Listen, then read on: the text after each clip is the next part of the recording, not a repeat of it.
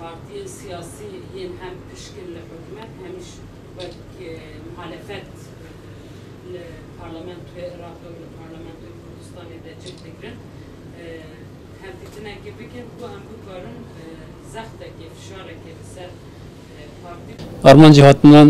Libo Slimani jiber meseleyi Revşi Kempi Mahmur 12,000 neferi livejiyan dike taybet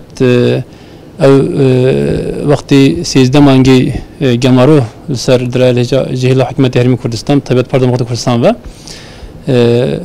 جبری وضع کمپین نباشه و لری تندرستی و پرورده و آبوری جیان تنگزار بوده جبان بکارین و روش آلوس و بارودوخی نخوش در باس بکین او گمارو لسرمر رابق و جماره دجی قانون دجی اخلاق و دجی وجدانه مستردانی سلیمانی کر مخواست همو لایان سیاسی دانساندن بکن. اما بخیراتینه که گرمی شاندی کمپی مخمور بان کرد و بگومان روشی سیاسی ناوچک و روشی آزادی خوازان من تاوتیو کرد کوبون و گفتگو کمان ده اوی که روبروی هاولاتیانی کم دانشتوانی کمپی مخمور ابیتوا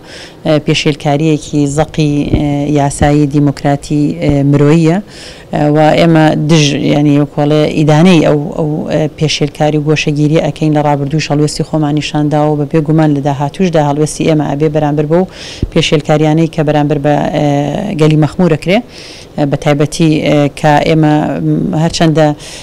هاولاتیانی دانشتوی کمپی مخمور کردن و ما في أوان لهركوي كردستان دا وكو تاكي أو ولاتا نشتجيبن بلام همو ما نزانين كأوان أمره وكو بنابريكي سياسين لم هريميا وما فيكي أوان جيجا كرد بون جيجا إنسان بون ما فيكي بنابريتيشان هي ما في خوان هي كبرجياني كي آرام جيان بكن إما بيمان راجع عندن كبهمو شوية بجديري دعوة كاريا كان يعني وسردانا كان بو